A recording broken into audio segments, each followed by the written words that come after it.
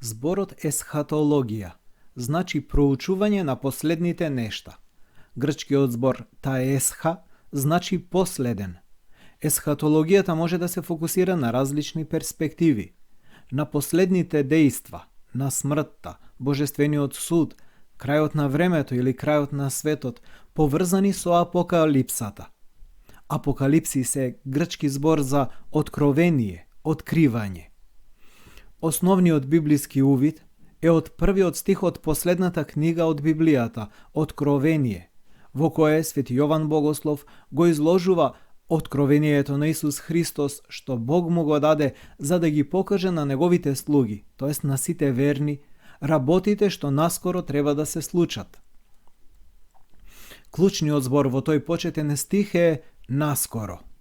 Во раната црква и писателите на Евангелието и повеќето други книги од Новиот Завет предвидувале дека Божјото зацарување на земјата е неизбежно со доаѓањето на Месијата Исус Христос.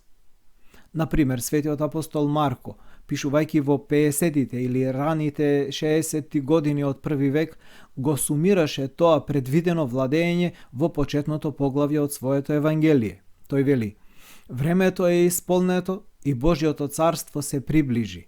Покајте се и верувајте во Евангелието. Сепак, во времето на пишувањето на второто Петрово послание, најверојатно помеѓу 65 и 68 година, отсуството на парусија, односно очекуваното појавување на Христос на крајот на времето, било оправдано од идејата дека Господ не доцни со своите ветувања, туку е трпелив кон вас, не сакајќи никој да загине, туку сите да дојдат во покаяние. Книгата Откровение, напишана од Свети Јован Богослов во исто време со второто Петрово послание или можеби уште пред 95 година, завршува со Христовото тврдење: јас доаѓам бргу. Првично, првите христијани биле убедени дека царското владење на Бог секако е присутно во ликот на царот, на Месијата, но тие исто така верувале дека Божјото владење ќе биде целосно пројавено дури на крајот. Оваа напрегнатост помеѓу сегашните и идните аспекти на Царството Божјо се одразува во скоро секој период од христијанската историја.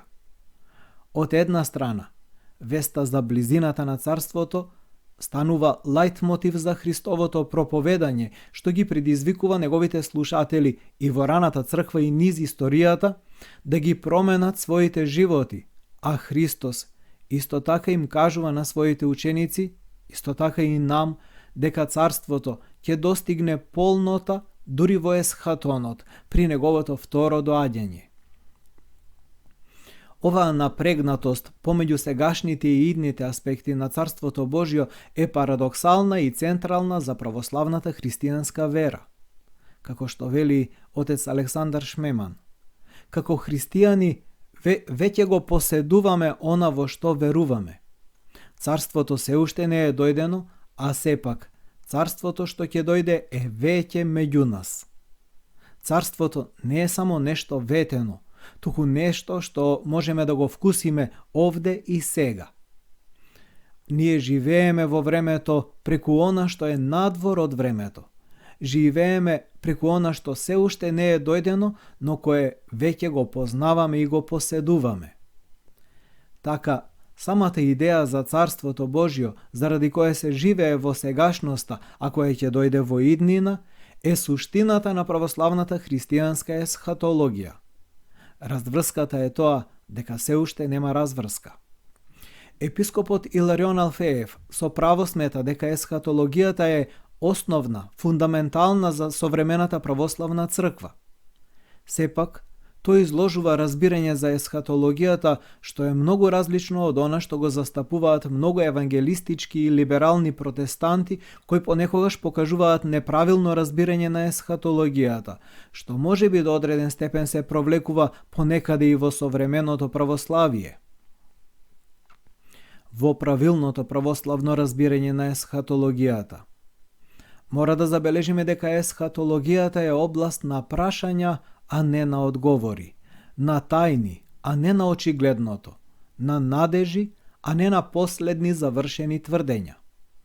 Голем дел од она што се однесува на идната судбина на светот и човештвото, ни се открива во Светото писмо и во преданието на црквата, но многу нешта се уште остануваат во скриените длабочини на Божите тајни. Постојат две димензии на есхатологијата во христијанската теологија.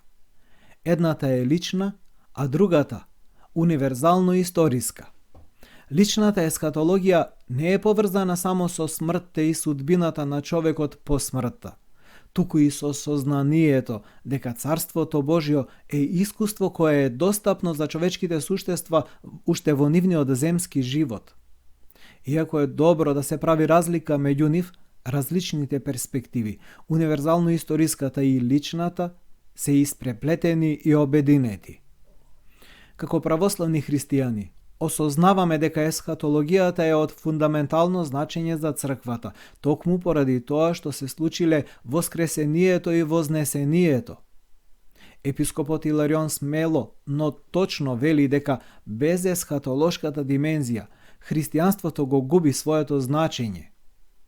Например, Божествената литургија не е само сеќавање на минати настани како тајната вечера, страдањето, смртта и воскресението на Спасителот, како што тоа е за протестантите.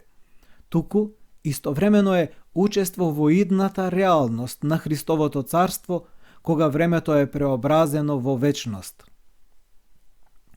Во книгата Православна догматска теологија кратко изложување. Протопрезвитер Михаил Помазански ја разгледува христијанската есхатологија од 7 библиско поддржани перспективи. Прво, посебниот суд за судбината на луѓето по смртта до општиот суд. Второ, знаците за близината на денот на второто доаѓање на Господ и последниот суд. Трето, второто доаѓање на Синот човечки, тоест Христос. Четврто, воскресението на мртвите. Петто, крајот на светот. Шесто, општиот суд. И седмо, царството на славата. Ќе започнеме со првото. Посебниот суд се однесува на она што се случува со луѓето откако ќе умрат, па до последниот суд при второто доаѓање на Христос. Кога човекот ќе умре, душата се одвојува од телото, бидејќи душата е бесмртна. Отец Михаил истакнува дека состојбата на душата по смртта според јасното сведочење на Божјото Слово не е несвесна, туку свесна. И тој ја цитира параболата за богатиот човек и Лазар со молбата од богатиот човек во име на неговите 5 браќа кај Авраам, како и стихот во посланието до евреите, кој сведочи дека на луѓето им е определено да умрат еднаш, а потоа суд. Овој посебен суд следи по смртта на човек, но не е сосема јасно како се случува тој суд. Ангелите учествуваат, бидејќи бранејќи го што туку починатото лице од темните сили кои сакаат да ги проголтаат они што се духовно слаби, и душата чие тело туку што починало има посебна потреба да биде поддржана со молитва од живите членови на црквата. Православната црква не го признава учењето на Римокатоличката црква дека по смртта секоја душа оди во чистилиште, каде што се чисти пред да замине на небото. Но има некои сличности со учењето на посебниот суд.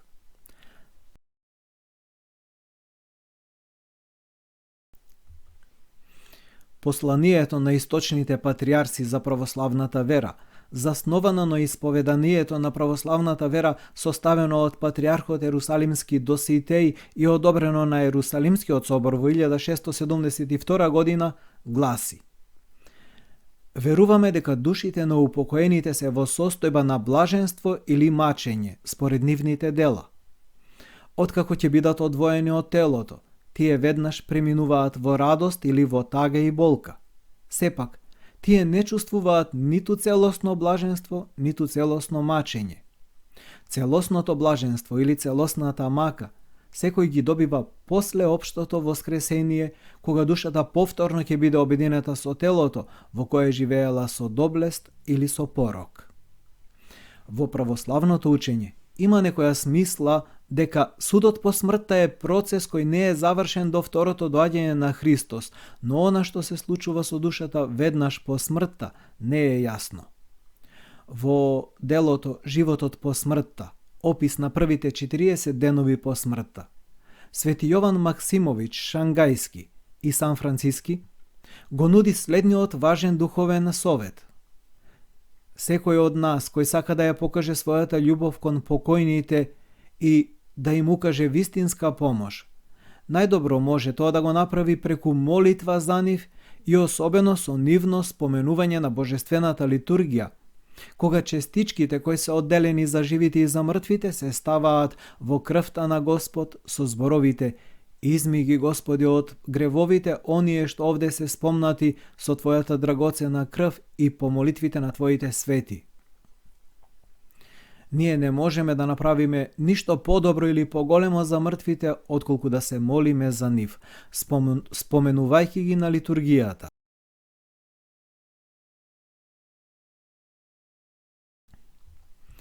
Тоа за нив секогаш е потребно, а особено во текот на овие 40 денови кога душата на починатиот е на својот пат кон вечното блаженство.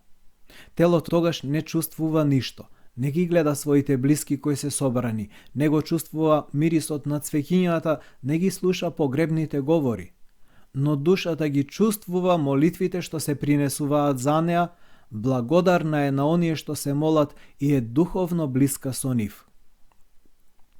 Што и да се случува со душата на посебниот суд, молитвата од оние што живеат за оние кои што туку починале, секако е соодветна, прикладна. Второ, не е наше да го знаеме точното време на второто доаѓање. Иако го паметиме овој совет, многу човечки забуни ќе бидат спречени.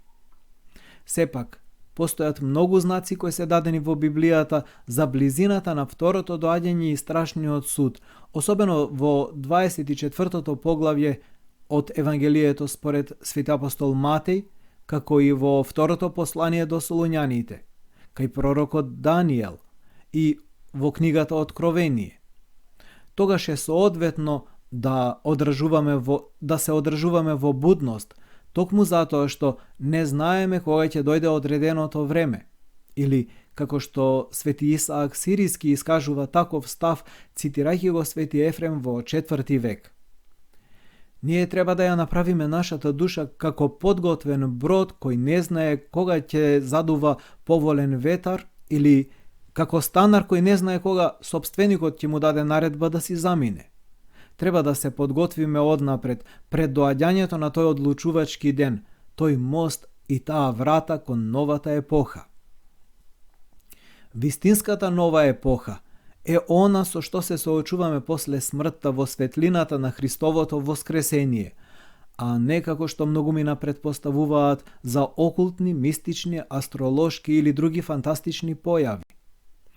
Овие современи обсесии се демонски фалсификати на Царството Божјо и многумина воведоа во заблуда. Темата на одржување на будноста за второто доаѓање не е некакво бедно прикривање на неуспехот на Исус Христос дека ќе се врати бргу, како што тврди некој библиски проучувач Хансон. Постои цврста монашка традиција на созерцување на идниот свет, во која, според зборовите на Свети Исаак Сириски, се твори молитва со смирено покаяние во обид да се одржува во душата постојано паметење на Бога. Епископот Иларион вели дека преодниот карактер на човечката природа, според Свети Исаак, е првата мисла која потекнува од Бога во човечка личност и создава во него добра основа за начинот кој води кон длабоко созерцание. Според Свети Исаак, загриженоста за Божиот суд е постојана потрега по неговиот спокој, поврзана со свеста дека поради нашата човечка природа секогаш ќе бидеме несовршени. Поради нашите несовршености и телесни грижи, есхатолошкото созерцување на нештата од идниот век е извор на духовно преродување и обновување. Свети Исаак Сириски ги сумира причините за размислување за близината на второто доаѓање и последниот суд со главниот директен повик до секој од нас да растеме во нашата православна вера и живот. Почетокот на обновување на внатрешниот човек се состои, во созерцувањето и постојаното размислување за настаните што доаѓаат.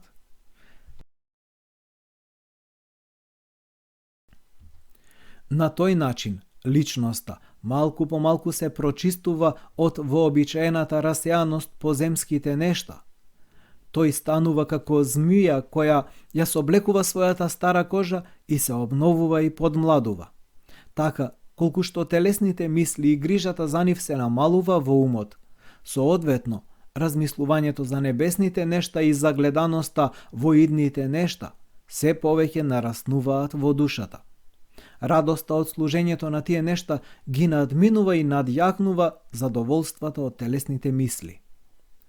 Ова е обновување на внатрешниот човек со прилично различен фокус од современата обнова или идејата дека блискоста со Христос води до материјален напредок. Со соблекувањето на нашата стара кожа од фокусирањето на земните нешта, православната есхатолошка перспектива поправо станува добродојдена отколку заплашувачка, како што ќе видиме во продолжението за односот меѓу есхатологијата и Божиото царство.